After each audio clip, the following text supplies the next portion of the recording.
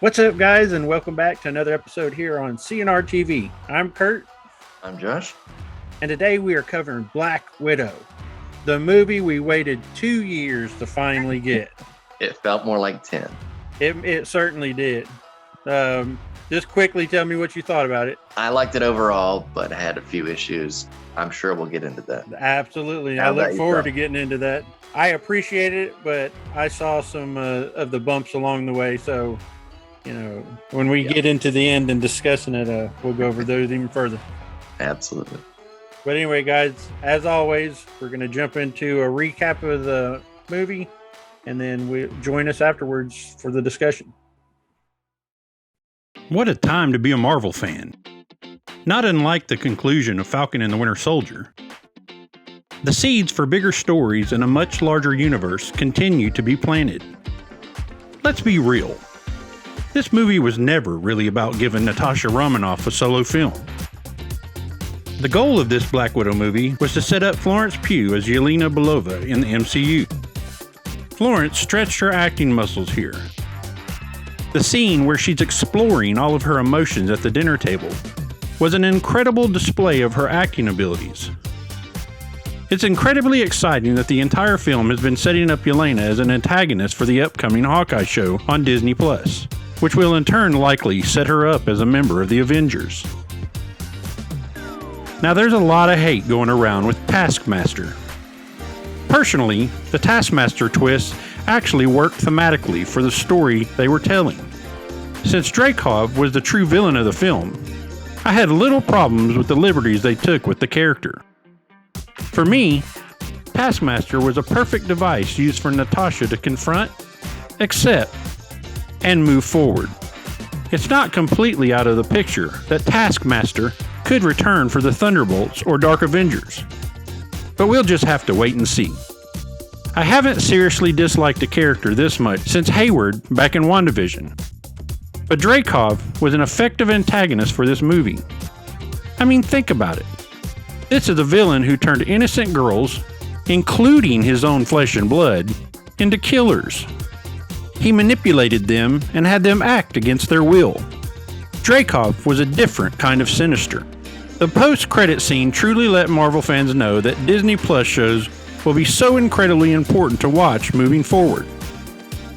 Contessa clearly wants Hawkeye out of the way, as well as being set up as the female version of Nick Fury. The parallels between her and Fury are going to be a blast to watch down the road. It's beyond clear that we're getting an MCU version of the Thunderbolts, or some organization-owned Avenger team such as the Dark Avengers. It's also clear that Yelena has been working for Val, but we don't know for how long. If I were a betting man, I'd say she's Madam Hydra manipulating the board, much like Fury did years ago, only with her own unique agenda in play. So far, she's got Yelena and John Walker working for her. And I suspect she's got operatives in play that we aren't even aware of yet. Black Widow is ultimately a film that works on its own terms. A long-delayed enriching of the story of a beloved character that will make her ultimate sacrifice in Avengers Endgame feel even more powerful in hindsight.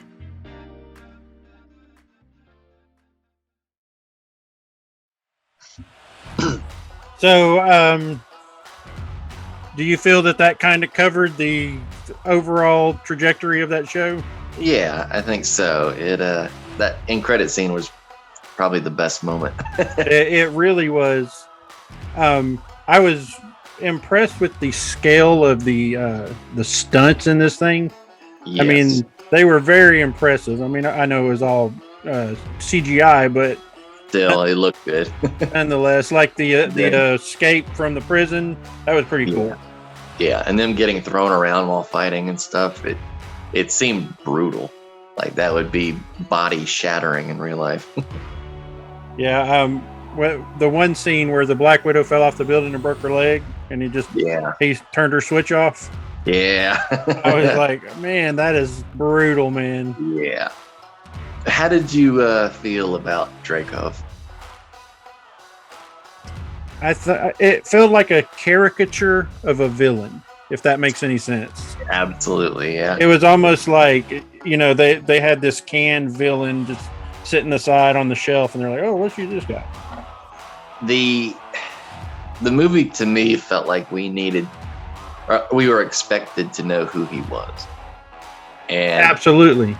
It's like, I have no idea who this is. Absolutely. I agree 100%. Now, I will say that is kind of a callback. I think they were pigeonholed into using him because if you remember, Loki says, what about Dreykov's daughter in Avenger, in the first Avengers movie. So that's a really long time callback. It really is. It really is. Good catch. Good catch on that. How'd you feel about the Red Room flying? That's kind of, it was kind of ridiculous that this thing is floating around in the sky and nobody's ever seen it before. Right. Nobody knows where it is. It's nobody knows top where secret. The giant flying fortress is. Yeah. You're out there flying your kite and you get caught in the the Red Room. Yeah. So that was kind of ridiculous, but there were a few moments of you had to overlook the campiness of it. But I mean, it fits in like a comic book theme perfectly. It does. It does. I mean, that's almost too comic book, if that makes sense. True, to try and anchor it in reality. Yeah. We have a giant space purple man with a ball sack chin is more believable than this flying fortress. Yeah, true. That's crazy.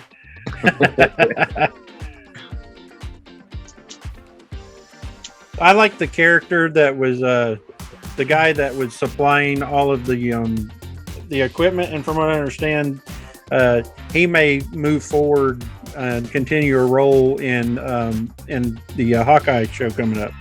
Really? Okay. I read that he was assisting Natasha, and now he's gonna, since he's a friend of Natasha, he's gonna help Hawkeye. And remember, Natasha and Hawkeye had this experience in Budapest.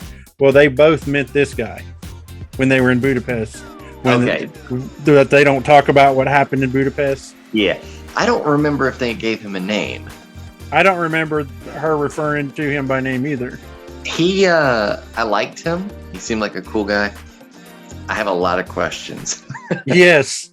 How the hell can he get an Avengers Quinjet? Exactly. Maybe he's a Skrull. So overall, what would you rate this movie in the grand scheme of the MCU? Well, the plot was inconsequential, other than introducing Yelena. Right.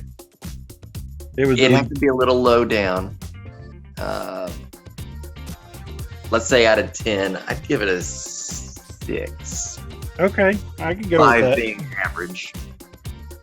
5's not a bad score. In my system. You give people something to compare it to. Which of the MCU films would you give close to perfect or perfect score, if any? Infinity War would be a 10 for me. Okay. That movie was awesome. Okay, so I'm going to say a 6 as well. Yeah. It was above average, but not a lot more than that. I personally enjoyed the last episode of Loki more than I did the whole Black Widow movie. I can't wait to talk about that. Yeah. Well, come back for that. That's going to be our next video we put up. Is our final thoughts on Loki. But we want to thank you guys for coming by. We just wanted to do a little quick review on this Black Widow movie. And we got to get on to the next thing. So please leave us comments and let us know what you think of what we're doing here. And if you agree with our opinions, and if you think we're just talking out of our holes. Leave a like, leave a dislike. Any interaction's better than no interaction.